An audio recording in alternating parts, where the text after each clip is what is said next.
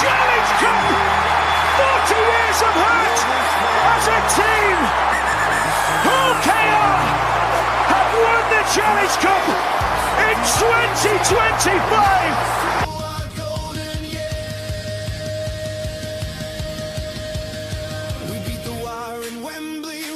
Tom Davies, try help ease the pain. We topped the league, we would not fall. The mighty Robins above them all. An Old Trafford clash with Wigan's might. We burned the sky with red that night. 24-6, the game was done. History made. Oh, it's an interceptor, and it's the boy from Wigan that will win it from Harteston Rovers. And Superman guy from Joe Georges. Superman performance from Harteston Rovers. They win the treble. They win a grand final. Red and white, we do believe a grand final win to complete the three. The greatest year in Rovers history. Celebrate the Hello and welcome to this very special edition of the Robin Pod. It's on the back, of course, one of the greatest results, if not the greatest result in Hull Kingston Rovers history.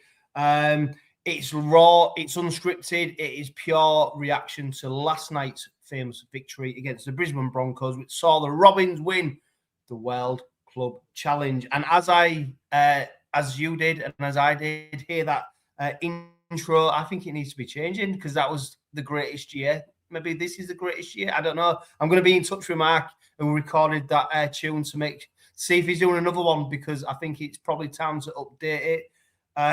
Like I said, it's raw, it's unscripted. Bazza, I still can't believe what happened last night. It was we was written off. We was tagged as the underdogs. We was expected to get beat 50, 60-0 because Brisbane were in town. I tell you what, the Robins did a job, and what a job they did. Yeah, 100%. Like, if you're way back, I think you did the first one of the year. I always had belief in the boys, you know what I mean? I always said it's a 50-50. It's anyone's game, you know. There's so many things we've got to our advantage. Everyone was talking about the Brisbane Stars, but not many people were talking about our stars. So, yeah, it's unreal, you know what I mean? Like, we've carried that underdog tag with us for so long, so we're kind of used to it. And yeah, we did the unthinkable. And as you know, my voice is a little bit croaky today, but yeah, unbelievable night. Well, I was going to say a little bit croaky, Bazza. I think that's a fucking understatement, isn't it? Well, last time it was like this was after Old Trafford. But I tell you what, mate. And something that is being spoken about, and we'll speak about it later on, of course, in this very special episode, the atmosphere, the amount of noise, the you know, when the boys were under the pump, you know, the crowd got behind them, and of course the celebrations.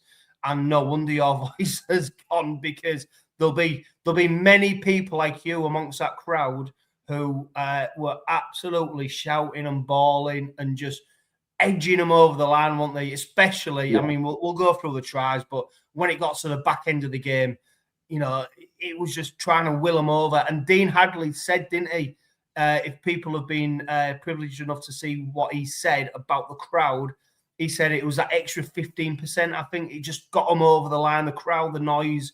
And Bazza, I'm not saying it was just you, but there'll be a lot of people like you who were, frogging the throat, horse we had to, though, didn't we, John? We had to, you know what I mean?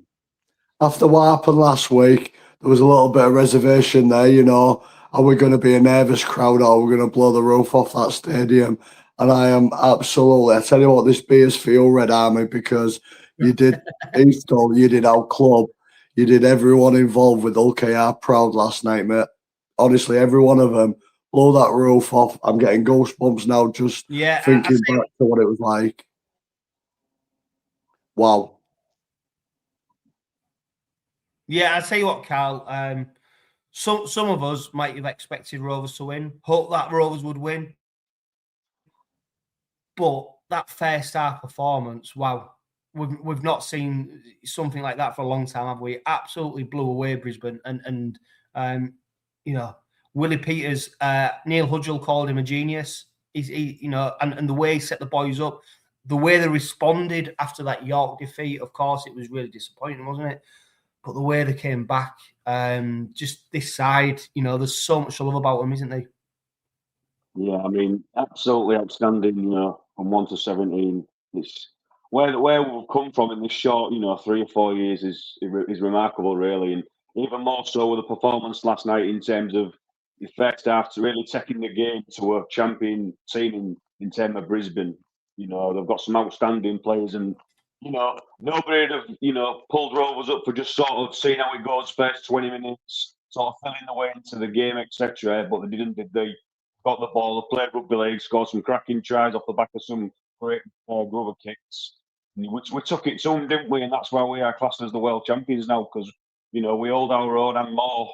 We really sock it to the team that we come up with, you know, whether it's a small team in terms of Super League or it's, you know, the NRL Premiers, which is the Brisbane Broncos. So the way they did it, mate, is the most impressive thing for me. So I'm absolutely over the moon. Yeah, so I'll just repeat, Hull Kingston Rovers are the greatest rugby league side in the world right now. Fact. That's it. Listen, that is it. Hull Kingston, you know, whatever metric you want to try and use, the only metric that's important is the fact that the World Club Challenge dictates which is the greatest club team in the world at that moment, and we've won it. Unbelievable. It's just absolutely unbelievable. Bazza, it wasn't just the result as well. I mean, we'll go into a bit more depth about the actual game, but the spectacle, the night, I mean, the people behind the scenes at the Robins, what a job they do, because it was a proper showcase event. You know, the night, just Reverend the Makers, the light show, the flags, everything. It was just a really, really special night. You felt like, you know what, I feel like I got value for money. I'd have paid more, you know, because what you got for it, it was absolutely unbelievable. It's just a great night, just a great rugby league spectacle. Well, one thing I said last night was I was like immensely proud of, again, the people behind the scenes setting things up, the pyrotechnics, the display, just the whole build-up. I'll put my neck on the block here because I will go as far as saying it's probably the best build-up to a game I've seen. You know, for me personally, being there, it eclipsed Old Trafford, it eclipsed Wembley, and I watched a lot of State of Origin, and it had that vibe about it with a light show, with the fireworks, just everything about it, with the crowd, with the flags. It was second to none, mate. And as a Rovers fan, I've never seen a build up to a game quite like it. Even playing highlights of both KR's winning year and Brisbane's winning year to really get the fans and everything hyped up. And yeah, it was a very, very special night, and it was a really special build up, mate. One what will live with me forever, because I've personally seen nothing like that. You know what I mean? Yeah, you're right, Bazza, because when the lights went down and then they put the show, you know, on the screens, and then it's that the hairs on the back of your neck. That's when it, you know, you're starting to get, fucking hell, this is big. This is like, this ain't mucking about. And do you know what? The only thing I could compare it to is, like you said, is State of Origin build up, or the NRL Grand Final build up. What they do, because they do a great job down under how they do it, and that is the only thing I could compare it to. What great credit to Hull Kingston Rovers, because we pretty much put on that show. Don't get me wrong, the RFL have probably been part of it because it's a great spectacle in terms of Super League and the showcase event, but the club, they've done that, and do you know what, it was just a great event. It was great to see you know, the community club mascots walking onto the pitch. It was great to see you know, the firework. It's just everything about it was down to a T, and that's where the club deserved great credit for what they did, just to put on a spectacle. And do you know what, Carl? I'll tell you what, Hull Kingston Rovers, they are on the tip of everybody's tongue. That the moment, aren't they, in terms of rugby league now? World Rugby League, Australia in this country, everybody's talking about the Robins. Don't get me wrong, you know, some people might be talking about us negatively, but there's no doubt we've made a statement, we've made a mark on rugby league across the world, and it was nights like last night that have done it. Yeah, definitely, mate. It was one of them. Literally everything was point, wasn't it? No stone was, left unturned. Every box they had to tick was ticked and double ticked. Like Bazza said, there was literally nothing like it. We probably won't experience that again, even if we get to another grand final, etc. You know, that show was for not just for Hull Kingston Rovers, but the whole Super League. You know, to go on show worldwide. Prime example, I sort of listened to a few interviews this morning that Reynolds had done, and a few of the Brisbane Stars, and sort of said, you know, did you know much about Rovers, etc.? Because let's be honest, there's a little bit of disrespect to Australia because they don't class the Super League as big as NRL, do they? So I for one, that for us to earn that respect, they certainly know who we are now as a club and the competition. So it can only be great, can't it? So next time there's a World Club Challenge, I'm pretty sure, you know, they'll take us that bit more seriously if they didn't anyway, because I've basically had the pants pulled down, their asses slapped, haven't they? So, you know, that's literally how I see it, and that respect has certainly been earned, and we are on the map worldwide now, so it can only be great for HullKR. Yeah, and to be fair, the Brisbane lads I had on the build up to the last week's Robin pod in the build up to the World Cup Challenge, they said actually that they think that the NRL sides, Australian sort of, don't take it as seriously, or there's a perceived not to take it as seriously. And hey, don't get me wrong, Bazza, look at how long they've been in our country preparing for this game, and I did think. They've probably maybe been here too long because they seem to get a little bit comfortable. They seem to get a little bit into this. I don't know, when they was in London and then they came up here, everything was just sort of nice and icy. I think they probably was here too long. I don't think that they could have maybe had a short time here, short and sharp. But like we said on the last Robin pod, they're also in the middle of their pre-season. So when they fly back, they're going to their first game of the season, league game. So it's a really weird time. But I think people have said, oh, well, Rovers, you've had a friendly, you've played York in the Super League, you're match ready. Well, look at the lineups. I mean, the Lot Lane, you dismiss that because the lineup for that was nowhere near. York, I mean, it was one game, you know, and we was on the end of a bad result for us. But really, our preparation mirrors Brisbane in a lot of ways. So it was two teams just going toe-to-toe, and we beat them. That was it. We beat them. That's it. And the prep's the best way possible down in London, across here in Hull. They got acclimatised to it, so they couldn't leave that excuse out there. And they've got arguably one of the best speakers in Michael Maguire, you know, to really get the Brisbane side up for it. So he knows what it takes to win across here. He did with Wigan. So from that perspective, I don't think Brisbane can hold any sort of excuse of, you know, not being climatised, being here too long, not being here long enough. I think at the end of the day, they didn't expect what Rovers was going to throw at them, because in that first half we saw different versions of Rovers. You know, even we had adversity, which we'll come to with Artie Moog, but the way Jez Litton, and I said that he could be the key, you know, that no-look grubber kick through for Joe Burgess. You know, I don't think Brisbane anticipated our skill level based on probably what they've seen the week before at York.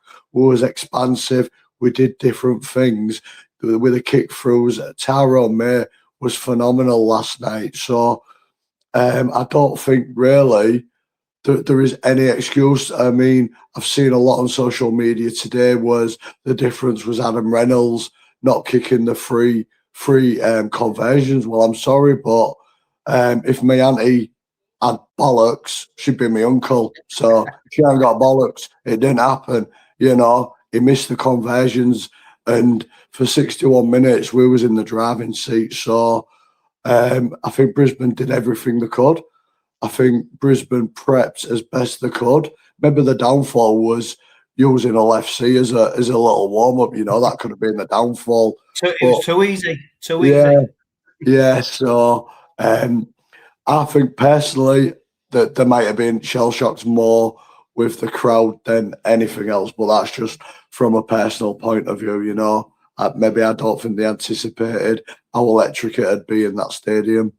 No, I mean, Reece Walsh mentioned, didn't he, about the atmosphere? He thought it was going to be intimidating. I think the Australians, a few of them had said, like, yeah, they thought it was going to be hostile. Probably they didn't expect it to be quite as hostile as what it was. It wasn't. When I say hostile, it wasn't nasty. It was just loud. People, you know, you could hear the song. So when I was sat in the south stand, when the song in the north stand started, it came round the stadium. It went round the full stadium. You know, then everyone's joining in. You know, that's what was unique about it. That was what I think the players felt, and there's no doubt. I mean, when you start going through the tries, I mean, 6 minutes in, Tom Amon on debut, Carl. I mean, what a try to score! Baz already said, didn't he, about the kicks from Tyrone May, literally kicked them to death in terms of his short kicking game. That kick was beautiful for Tom Amon, and Tom Amon goes steaming in. We probably didn't expect it. We probably, Carl, didn't expect the scoreline to be what it was because everyone was tipping it to be a tight contest. It was going to be, not many points in it. Well, look at the scoreline, but that Tyrone May's kicking game was absolutely superb, wasn't it? That short kicking game last night. Yeah. You'll know, because I stand with you every week, because you know, we talk about Michael Lewis and Nick Jeslett, and to be fair, Tyrone May's probably my best player because he sort of limbers around the pitch and sometimes he looks a little bit too casual and all this of it. People don't realise or see his qualities. Now, Michael Lewis can't do what he does without Tyrone May, and when Tyrone May needs to come up with some big plays, he come up with them non-so more than did last night.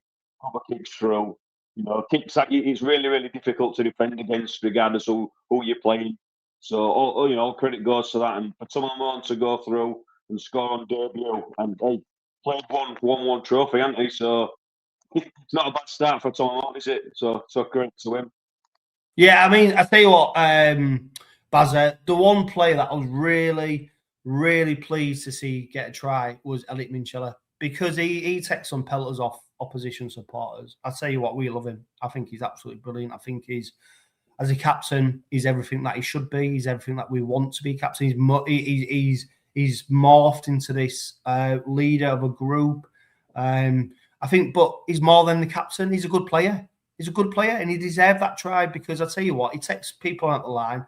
Whether he takes them on going toe to toe, whether he flicks on the pass, the amount of times he's second receiver to then flip it on. But I was really pleased that he got that try on the big stage, because he's a player who's probably epitomised the rise of the Robins more than anyone in terms of how he's grown. And it was just a great moment for him to be able to get the adulation and also contribute to what was a winning performance for the Robins.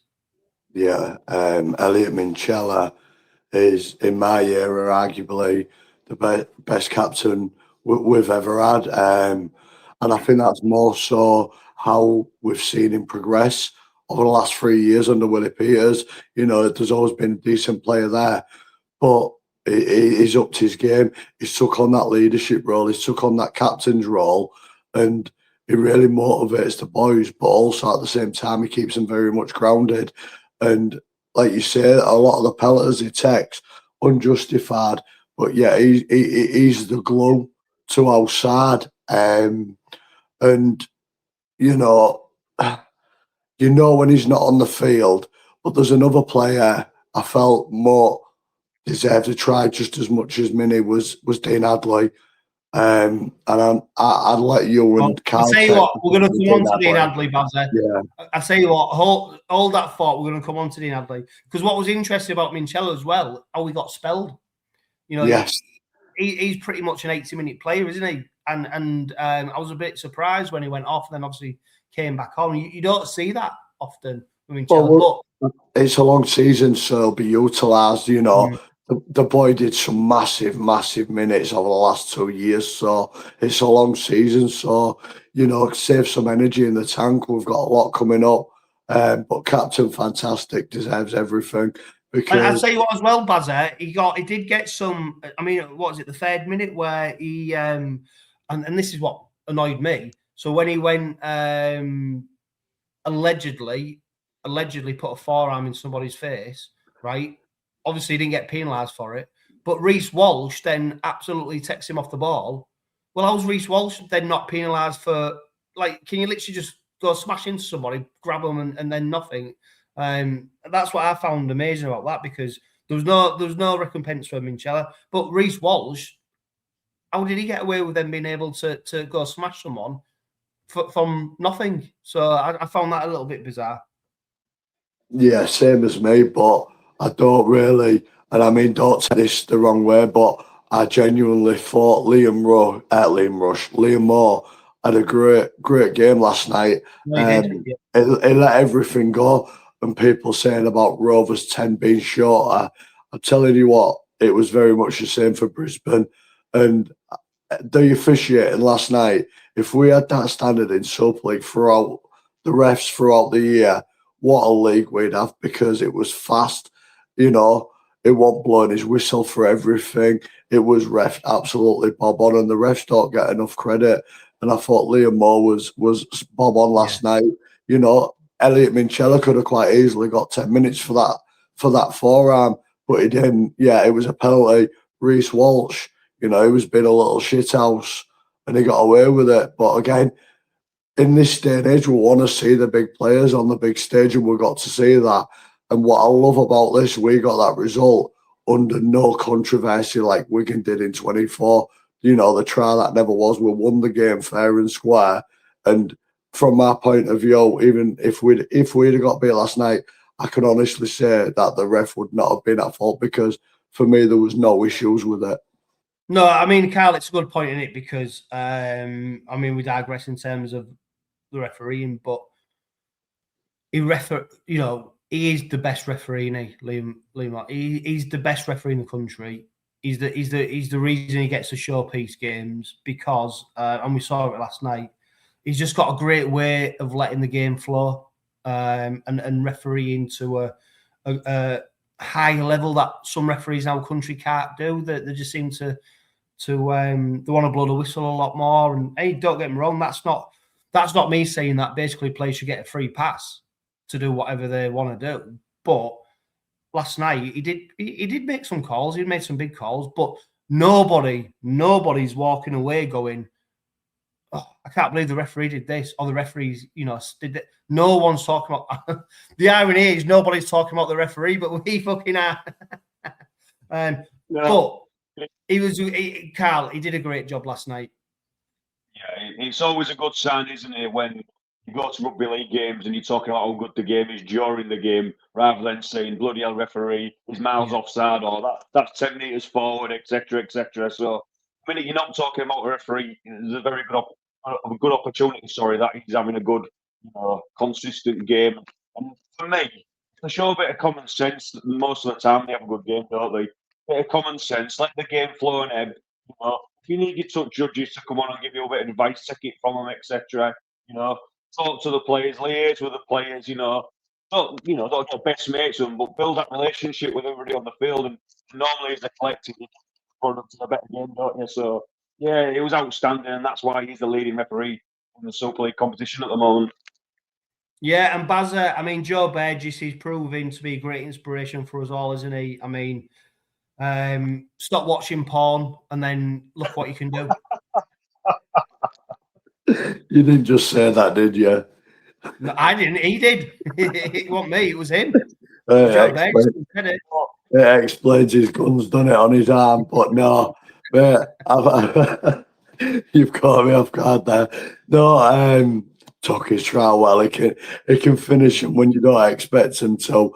I was a little bit fearful because, again, I don't like calling out players, but I thought our left edge the week before at York was a little bit suspect. So I was intrigued to see how Joe and Ollie had come up in this game. And yeah, absolutely exceptional. I know we leaked a few tries, towards the end of that game, but I think that was just Brisbane opening us up like a can of worms. You know what I mean? I know. To be fair, Basil, though, like that, I was going to mention up the left edge against York. We got opened up. We did again last night. It is becoming a bit of a feature. I mean, Joe Burgess' fantastic try. He keeps cutting inside, trying to nail somebody, moving from his mark, and then he leaves two players outside of him. And that's what happened last night. It happened against York, just rushing off the line. I don't know why he wants to nail the person with the ball. Why he didn't just wait and hold his position and go one-on-one with the player who's in front of him, but he wants to cut out. I don't get it. It's that thing, Ollie's his best mate, and they've got that synergy together. And I don't know, maybe it's missing a little bit, but I don't want to slay him. I don't want to slay anyone. I don't want to give anyone a bad name. Yeah, Budgie, the boys will walk away from that well champions, absolutely buzzing. But our coach being the way he is, he will look back on that and go, "It's not good enough. You're world champions. That performance wasn't good enough." And he will want to tighten things up, and that's the mentality, mate. So, yeah, I'm still comfortable. Even Ollie took his try well, so happy days. Yeah, I mean, Carl, 18-4 at half time. Of course, we saw Broncos get their try, but we pretty much blew them away that first half, didn't we? We absolutely came out with the blocks firing. We took the game to Brisbane. We took them a game that they didn't expect probably, and they were shell shots, and that was reflecting the scoreline at half time. I doubt anybody would have predicted us to be 18-4 in front at half time. Like I said at the start of the Robin Pod, many people predicted it would be a really tight, close game. Look at us at half time. And it was fully justified as well, Cal. It wasn't an accident. We deserved to be in that lead at that time. Yeah, and that's what I was saying to you when we first came online, mate, was that, it was so impressive, not just because they got the win over the Broncos, it was the fashion they did it in the first half. Literally took the game to them, didn't they? And to be honest, mate, Brisbane are always going to have moments in games, 10 minutes, etc. with the class they've got, especially Walsh and Tony Staggs, etc. But for me, it was like you say, I didn't think they was that good for the 4 points at half time. I just thought Rovers was that dominant. That's not me being cocky or clever or, quadruple winners, etc. I was just saying what I saw basically. So yeah, half time 18-4. I was disappointed they got on the score sheet, but it was definitely dominant. The way we did it was so impressive. So nobody could argue with the fact at half time. Yeah, and then Baz, you're expecting the onslaught to come out. Yeah, I mean, it did eventually come. Brisbane, sort of got the bit between the teeth later on in the game, didn't we? But it was the Robins who took the lead. Scored another try. Gildart went in from an error. And then I think the moment that swung a little bit was when Lewis got the 40-20. And that was maybe more of a psychological blow than it was, obviously, in terms of the scoreline. But the Robins, we just kept going. And then Hickle goes in for another try. And I mean, 30 points to 4 against Brisbane Broncos. That's dreamland stuff. That is like literally stuff that Joe Burgess was probably wanking over previously before he started watching porn. That's the kind of thing, wasn't it? But honestly, that is the dreamland stuff. Yeah. Nobody, I guarantee nobody would have been predicting that and expecting that, especially at that time in the game.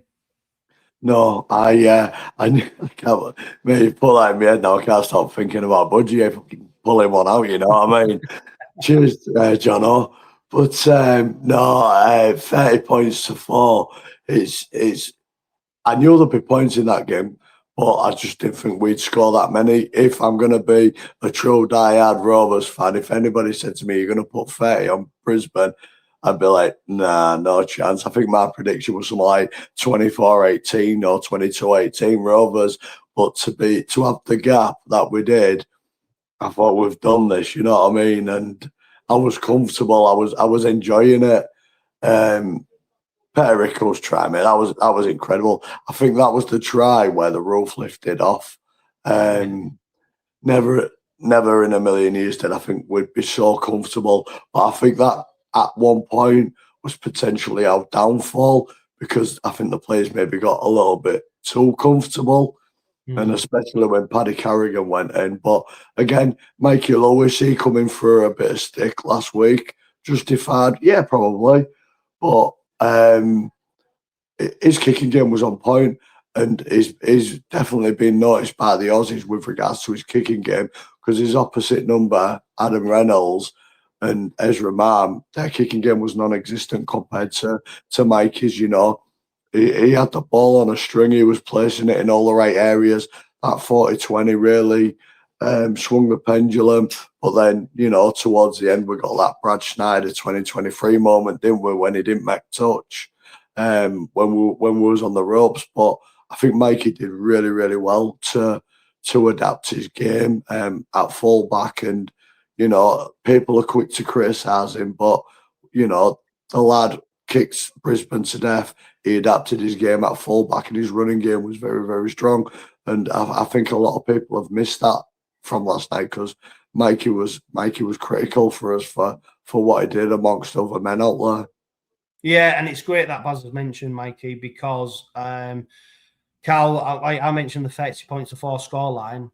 That was reached through adversity as well, wasn't it? You know, it reminded me a little bit of that famous Challenge Cup semi-final against Wigan, where Mikey had to go to fullback when he was, you know, prepped to go and play in the arse. And then again last night when Asmar goes off injured, Mikey Lewis adapts, and you know, what a fantastic job he did, and he looked so assured in that position. And then also he complemented that with his kicking game. His kicking game, his calmness. I mean, there was the one kick. We'll come on to that later on towards the back end of the game. But everything else worked. And I put on social media on Instagram, redemption. He mentioned in his post-game interview about how he apologised to his teammates, how he was seeking their trust based on what he did against York. Well, I tell you what, mate, last night he redeemed himself, because he led that side round. He just played an absolutely brilliant game, and I love him. I just love him. I just think he's absolutely brilliant. We need to protect him, and we need to accept there's still a bit of rawness in him. But last night he took his game to a world stage level. Yeah, it was there to be seen, and they obviously saw that, didn't they? You know, dropped back to full-back under difficult circumstances. Even when he was playing in the Arbs at the beginning, he was doing the right thing by kicking away from Walsh, sending it opposite side, so he couldn't make the meters on the return. So his game is maturing season upon season. I honestly don't think you're going to take that bit of potentialism out of him. That's just the way he is. That just makes him the player he is. So, you know, Rovers fans might say, oh yeah, if we can get him out of his game, he'll be a well player a lot of years. That probably makes Mikey who he is, so that will probably never disappear. It's just limiting it to certain, you know, times throughout the season, and hopefully he's matured enough to, you know, to keep it to a minimum. But yeah, he does deserve a lot of credit, because we all know he's a cheeky chappy, and Rovers fan base, etc., love him. That's the Super League, can't stand him. We absolutely don't give a toss to it. He plays for us, he plays half of the sleeve type of stuff. You know, so all we're bothered about is when he steps on that field, he does a job for the Red and White Army, and so far he's maturing into that more and more as the seasons go by. So yeah, he deserves credit, because he definitely does get a lot of flack. Yeah, and if you compare Bazet, Mikey Lewis to Reece Walsh, he didn't really feature, did he? Much, did he? Walsh, he seemed to be a little bit fraught. He seemed to be controlled. He seemed to get a bit frustrated at times.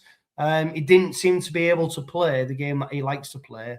And I tell you what, I don't think that's an accident. I think that's because we restricted, like Carl said, we kicked into the right places. We restricted the opportunity he got to get the ball in hand, and we actually did a job on him. And I think it wasn't Reece Walsh having a bad day. It was Hull Kingston Rovers making sure he had a bad day. Yeah, and he also had a couple of errors in his game, you know, a couple of drop balls. But I think with Reece Walsh, I think he's had so much pressure from the media, very much like Mikey. The media has put him to the top of this pedestal, and I think it might be too soon for Reece Walsh. I mean, don't get me wrong, he did open us up a couple of times. You give him a little bit of space, and he is gone, and he does pick out some really intelligent passes.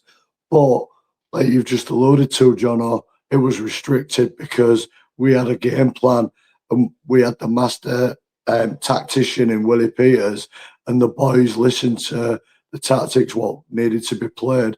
They stuck to them, and we bared the fruits of that come the end of the game. Because if we'd have played like the one at rugby and 5 drives and a kick and it was straight down to Reece Walsh's throat every time, God knows what could have happened. So a lot of credit has to be down to Willie Peters, the way he got that game managed, and the boys had specific instructions. You could see that, and it worked. And I genuinely don't think Reece Walsh nor the Brisbane lineup could handle what we threw at them, because maybe they was expecting us to be predictable, but that's the beauty of Willie Peters and HullKR is, when you play us, expect the unexpected. If not, something like that'll happen, like last night.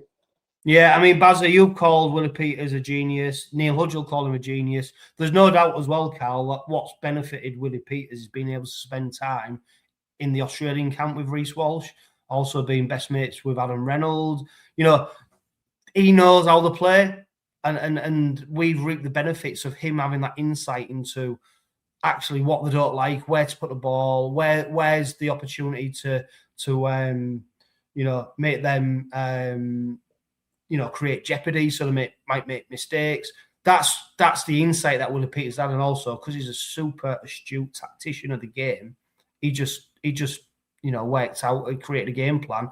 But he did say, Carl, the last 20 minutes was probably the longest he's ever had in rugby league, and I agree with him. It was the longest I've ever had. 4 tries from Brisbane after that Peter Hickey try, and I doubt there's any Rovers fan out there who's going, bloody hell, it's happening here. We're going to lose this. We're going to lose this. But thankfully, Carl, they held on for the victory, and it was a well-deserved victory. In terms of Willie Peters, mate, he's a student of the game. I think it's common knowledge that his first second he gets, he's analysing, he's studying oppositions, his own players, etc. Like you say, he was in the Aussie camp, wasn't he, for the Ashes. He's got a good insight to, like you say, what the Aussies are good at, what they're bad at, personal games on their side of the fence. So all that has obviously come to the fore, and it's made a big difference in how we went about getting that victory last night. So yeah, it's impressive. We know that, mate. And in regards to the last 15, 20 minutes, yeah, I think everybody was stood up biting nails, watching it through the hands, etc. I was quite calm until about 8 minutes to go. I've just seen them slinging the ball out and Walsh starting to get a bit of open field of some tired Rovers defence, and Burgess and Ollie Gildart rushing in, etc. You're just thinking, in rugby league we've had them last minute losing tries before, haven't we, in the past, and you're just thinking, oh, please not tonight. So yeah, it was squeaky bum time at the end, mate, but ultimately we defended, and we had the lead to defend, didn't we, early doors, and we came up with spoils, and that was the most important thing. Yeah, and points on the board was the most important thing. I mean, Bazza, you was probably the same as me. When you saw Stags going in, you're thinking, hang on, they've got to run on here. It's gonna happen. They're gonna get the try. They're gonna win it. We shut them out, and that outpouring of emotion, that just relief. It was just on the 80-minute. You saw the players, how much it meant to them when there was the knock on.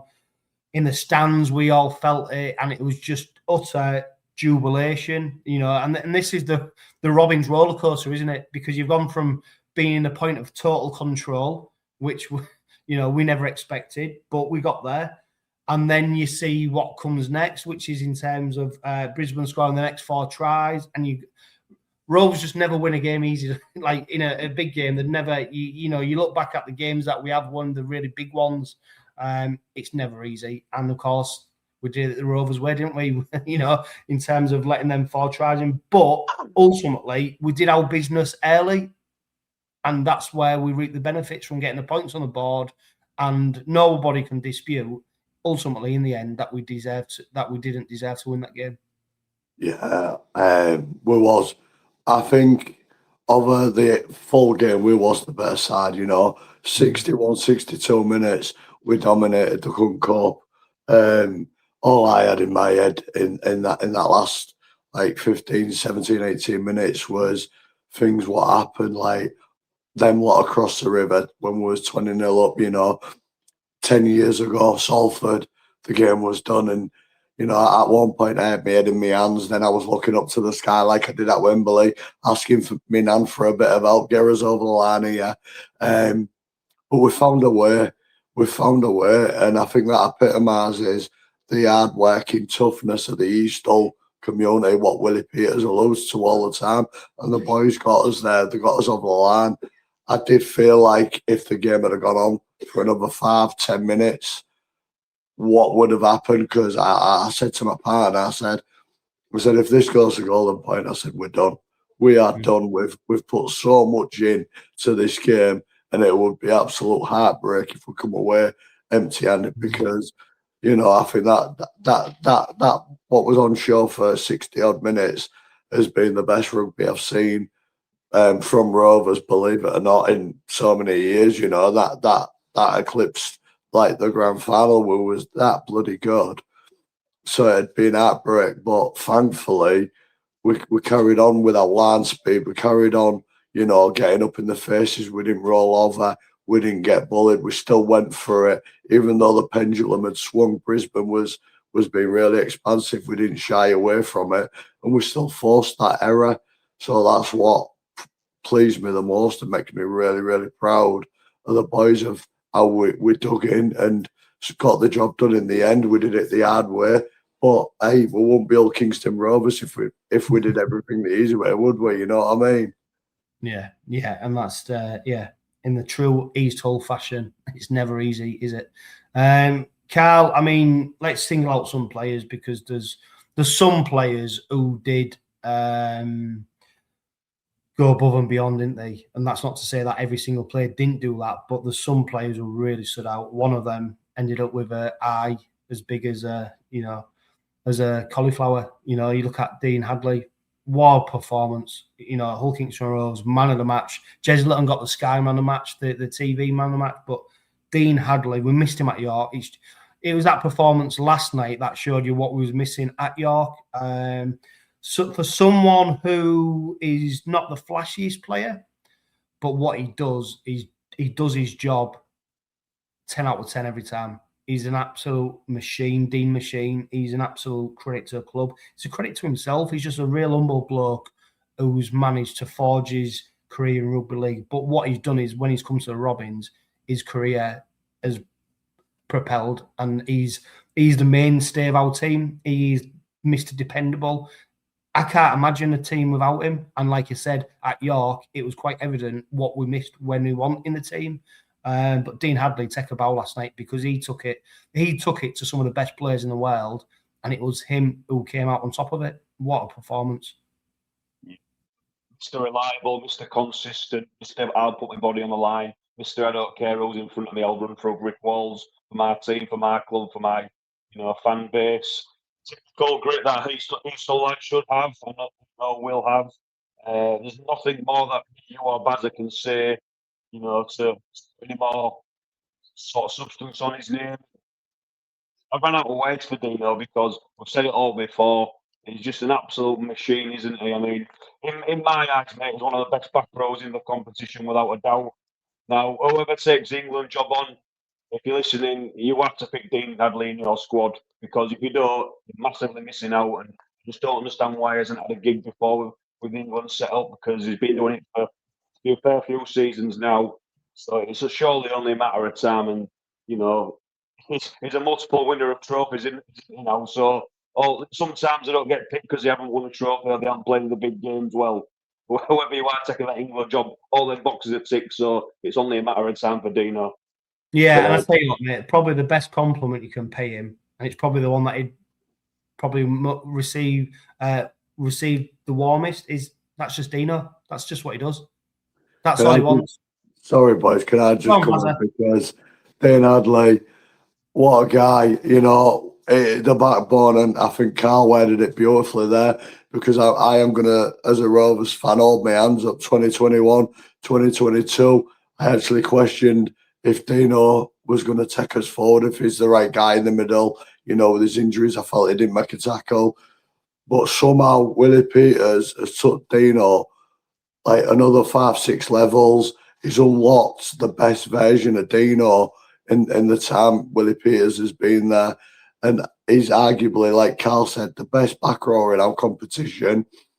And if Dino was 10 years younger, I can guarantee the NRL would be sniffing round that man right now. 100% if he was even 5 years younger, because he's that good, he's that reliable, and he's that fearless, right? And leading into the Ashes, I've been screaming for Dino to be in that England setup. And into the Ashes, I actually, again, my apologies, I will take the flak. I questioned, would it be a step too far for Dino? Well, Dino went up against some of the best Australians last night. And yet again, I was wrong. That man has proved all the doubters wrong. And he is the backbone of our club. And he is Mr. Reliable. And I couldn't see a team without him. I'll tell you what, you made more apologies than Keir Starmer on this Robin pod at the moment. Sorry. But I'll tell you what, Baz, one player who's undoubtedly now for me, the best 9, not only in Super League, potentially in the world, Jez Litton. He's raised his game in the Ashes. He raised his game last season in our treble winning season. And then last night, he just showed what a class act he is. And Jez Litton, I'll tell you what, I'm starting to get a bit nervous now because there's going to be people looking at him going, actually, with the age he is as well, there's going to be suitors after him. But I think last night he absolutely dominated the Brisbane Hookers, and his guile, his skill, his power, his pace, his ability to pass. He's got everything that a modern day hooker should have.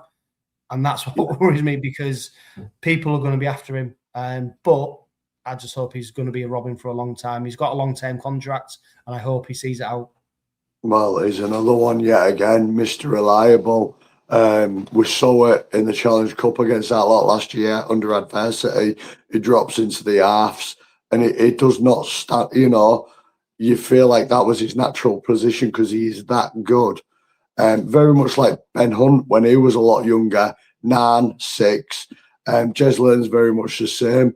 And I know we're going to get a massive year because Jez just keeps improving. When you think he's at that age where he's going to peak, he just keeps getting better. And that, like you've just said, the NRL will come sniffing.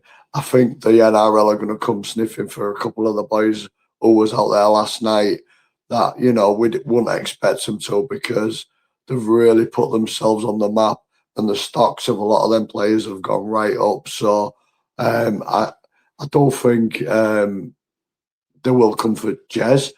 Whether Jez sees his future with his family out in Australia or here in Hull, because again, he's very much a family man. The Litton family is a massive family, so it might not be for him. Hopefully for us, it's not for him. Would I be surprised if they come in? No. Would I be, sorry to see him go? Absolutely, but he'd get my best wishes, very much like Josh Hodgson did, and he made himself an NRL star out there. So Jez, for me, I'd love him to end his career with us, but all good things must come to an end. But right now, we just got to enjoy him and enjoy the moment. And another little unsung hero last night, I don't know if anyone noticed, was Carl Lawton. He had big boots to fill in Jez Litton, and he deputised in HullKR very well. And we did see Jez drop back into his 9 position now and again, but I thought Carl Lawton did a very, very good job filling in for Jez last night.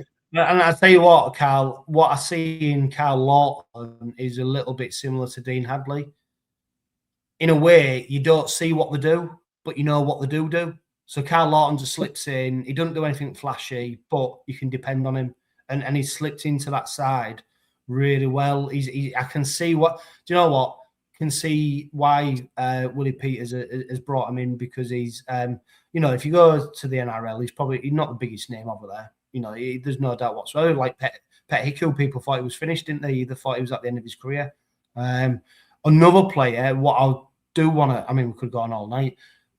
Sausoso, he looks in the best shape of his career. He's absolutely physically fit, formidable, size, power. He's looking like one of the best props in the competition at the moment. And what a journey he's been on. I think I mentioned it on either the last Robin Pod or the one before it, the shape he's in. When he came over, I don't want to be disrespectful, but it looked like an old man coming. He didn't look like the player that he is now. There's no doubt about that. But look what effect being under Willie Peters pre-season, the regime, what effect it has on these players. And so I absolutely love him. I just, he just, and also he's off the pitch. Like he feels like he's the most gentlest player there is. But when he's on it, he's an absolute machine. He's another player that deserves a lot of credit, Carl. Yeah, massively. He's a fine specimen of man, isn't he? He's so. He is. If you wanted a modern day prop forward, look at Jesse Sue, because he is what you want: strong, fast, agile, athletic, great handling skills, an engine. Great in defence. Isn't much about his game you can criticise. Like you said, he's a gentle giant off the field, mate. But yeah, you can't. There's another one like you say can go all night talking about individuals, but ultimately for me, Willie Peters getting 99.9% of his decisions right, whether it's team selection, whether it's recruitment, like mentioned about Carl Lawton coming in. He will dovetail nicely with Jez Litton because one's experienced, an NRL player coming from the Cowboys. Jez Litton's getting that experience now when he's on the world stage and people know about him. So they'll rotate lovely. There's just a great gel between all the lads in all the positions. If lads who aren't getting the game know when to come in, what the role is, who they're playing alongside, they understand each other, etc. So literally, there's nothing you can criticise in terms of that. What I would say regarding Jez Litton, he nearly never got on the plane to Vegas, mate, because he jumped out in front of my van this morning in town with his dog. And then I realised I was just about to give him some abuse out the window, then I realised who it was. So yeah, apologies, Jez, if I give you an F-bomb there. I didn't mean to. I'll tell you what, Carl, you could have been easily the most unpopular man in Hull, more unpopular than Ronnie Pickering, easily, if you would have ran him over. Got home and I said to the missus, "You never just guess what," and she just started laughing her head off. She said, "You're nothing." I'll tell you what. Go on. I'll tell you what, Baz. If there's a few names being mentioned right now, there's one name that is definitely going to be talked about, probably a lot more down under, and that's Willie Peters, because he was already being touted for a couple of jobs, especially the Newcastle Knights job last season. I'll tell you what, mate, a quadruple winning Australian coach. I mean, you only have to look to Brisbane to see Michael Maguire and see what he did with Wigan, and then what his career path and how that went. There's going to be people talking about him. I've got full faith that he's going to see the job out at the Robins. I really do. But there's no doubt, what it's like in the NRL. They don't mind sacking the coaches early on if they don't think they're going to get into the playoffs. And then there's going to be somebody's name mentioned. And at the moment, Willie Peters is probably the one that's on on the tip of most people's tongue. It is, and it'll be a very, very, very sad day in East Hull when that time does come. But the man's give up 3, 4, 5, 6 years of his life for our club. So all we can be is forever grateful. Like I said earlier, all good things come to an end. Hopefully, it won't be for a couple more years yet, but it'd get my best wishes, because the guy's come over here, applied his trade, won everything that's available. Not many coaches can do that. We have superstar players who go into coaching, and they can't win a trophy. So he's applied his trade beautifully, and he deserves the best job. I've seen a little bits today on social media that is linked with something in the Papua New Guinean side. What's going into the NRL? What trophy's in that? I don't know, because I'd imagine Adrian Lam would go for that. But for me personally, if we do lose Willie one day to the NRL, for me it deserves nothing but the best NRL side down there, because it's very fitting of the best coach. So yeah. I don't even want to bloody think about that, because again, he's very much like Neil Udgell. Willie's the backbone to to our club and for what he's brought us fans who's waited for so long. And I don't know if it's been mentioned yet, but if anyone's seen what Mikey said after the game last night, it really got me choked up where he owned his mistake at York and he come out and said, I'd die for this club. So that tells me Mikey's here for a very, very long time. And that really got me when Mikey said that. So, yeah, I don't think anybody's in a rush to leave our club. So let's just enjoy the good times and hopefully it's going to be for a long time. Yeah, and look, maybe people watching this, listening to this, saying, why are you talking about people leaving and stuff like that? No, look, we're not. We fucking want them to be here forever, you know, but you've got to take a bit of an outside look at it and go, look, with success, you know, people like success and people want to bring in then people who have made success and they want to bring them into their camp. But look, this is down the road. We love them. We wanted to keep them here. We'd be quite happy to keep them here forever. One person, Carl, who were very delighted that did stick around forever and will hopefully be here forever, is Neil Hudgell. Last night's success don't come without his investment, his enthusiasm, his love for the club. Yeah, well, it's as simple as that. No Neil Hudgell, no club. It's as simple as that, isn't it? So everything we've achieved, it's off the back of Neil's keeping the club afloat. Or even down to your Boneses and all them type of guys. You know, all the players will get the credits and the trophies, etc. Rightly so. But the people that are working in the background, mate, that they are the fabric of this club, aren't they? And you've got to applaud them as much as the players. And Neil Hudgell is a prime example, and he leads from the front, doesn't he? So he deserves the biggest credits of all for sure. Yeah, and I tell you what, Baz, when you look at last night and you reflect on last night, we've got a couple more minutes and then we'll finish. But I tell you what, nobody wanted to leave the stadium, did they? Nobody wanted to go. Everybody just wanted to savor the moment. We saw the trophy presentation. We saw the players out on the pitch. We saw, talking about Neil Hudgell, I saw him, I think there must have been his grandkids having pictures with Reece Walsh and Neil Hudgell's taking a picture of it. You know, it was just wholesome moments and everybody wanted just to stay in the moment, didn't they? It was just a great... Does that epitomise our sport, though? Does that not epitomise our sport of how inclusive it is? You know, our owner going to their superstar player, asking for photos for his grandkids. You know, we're all as one, and I think that's what makes our sport unique and special. That Hudge does things like that, mate. Sorry to interrupt. No, I tell you what, mate, and also what I wanted to say as well is I'm not clever. I don't know why things, you know, that sport now, there's so much sport out there, TV rights, all that kind of stuff, you know, but I'm not being funny, mate. You look at last night, if you was a neutral, and I really try and get my head into, get my head around somebody who's not involved in rugby league, someone who don't like rugby league. If they turned on last night, 25,000 people, an absolutely fantastic spectacle, Reverend the Makers, light shows, you know, World Cup Challenge, great game. You had one team absolutely dominating, then you had one team on the ropes, you know, thinking they're going to lose. You know, how can our sport not be more popular than what it already is across, not just England, across the Northern Hemisphere, across the rest of the world? Because the spectacle, and I think Oliver Gildart said it about, he said, I think it was in the build-up to this game, how rugby league players don't get the appreciation in terms of them being athletes. And when you look at it, these blokes have got to be fast, got to be quick, they've got to be agile, they've got to be strong, they've got to be quick and they are literally all-round athletes. And I agree with Oliver Gildart when he says they don't get the respect they deserve in this country because we've got some of the finest athletes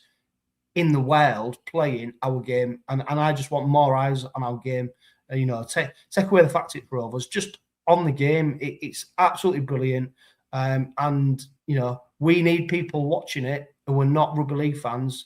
We need them invested in the game because ultimately that's how the game's going to grow. But, I mean, as like I said, digress from last night. But as their final reflections on last night, what a night. Unbelievable. Yeah. Can I just ask you two boys a question? Challenge Cup, league leaders, grand final last night. which one stands out for you as the most memorable one? I asked Claire earlier. I know what mine is, but what's your boys? Go on, Carl, you go first. I'm going to say the Super League Grand Final. Obviously, it's the first, like the World Club Challenge, but I just thought that sealed off the year. It showed you, it was like the cherry on the cake, the icing on the cake, capped off the year, 3 trophies in the bag. Like you say, to finish on top and then get to the Grand Final and basically beat Wigan the way we did, in the manner that we did. There's no more fitting sort of ending to the season. And obviously, off the back of that, you've got the trophy parades, etc. So, for me, yeah, it's the grand final because it caps it all off. Yeah, I mean, to be fair, Bazza, my amazing wife, Ellen, she was with at the game last night. She asked me the same question, literally this afternoon. And I'll tell you what, my answer is, and it doesn't put a slight on last night whatsoever, but the Challenge Cup, the first one, the one that broke the camel's back almost, the way we did it, that was the one where if you was going to bottle an emotion, that would be it, because that was the one where you just went, the weight was off you. You just felt, we've been waiting for so long. The fact it was a Challenge Cup as well, it was at Wembley, and that opened up the gates to obviously what's happened now, because I firmly believe if we didn't win that game, we won't be talking on this Robin pod tonight. I genuinely believe that, because that opened up the door to the rest of the success. And it's the same for me, very much the Challenge Cup, just because of just getting that monkey off the back, the relief, the weight. We was carrying an house on our shoulders that getting ridiculed in the stand. So yeah, for me it was the Challenge Cup. But last night ran it close purely because it was a spectacle. The build up, the lights, the pyrotechnics, that it was something I've never seen in a stadium before for my club, and to do it in our neighbour's backyard as well. We've got things that can never be taken away from us, and I tell you what, we'll be dining out on this for a very, very long time. And world champions, we're on the world stage, and there's no better feeling.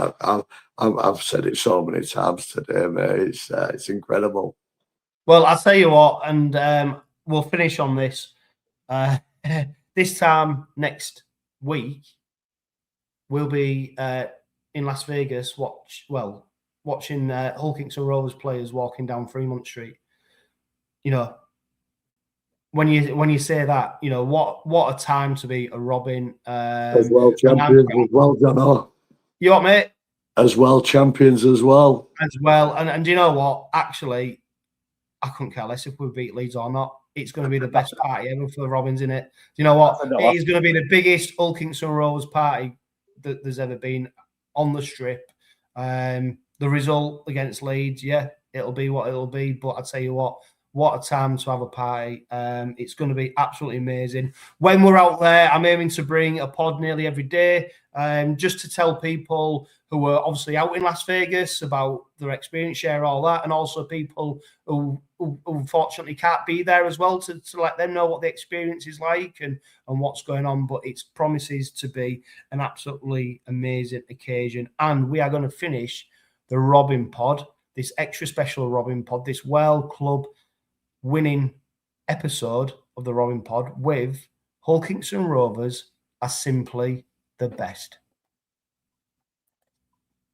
The Red Army's passion is always the same. 45 years of hurt in the Challenge Cup. 40 years of hurt as a team. HullKR have won the Challenge Cup in 2025.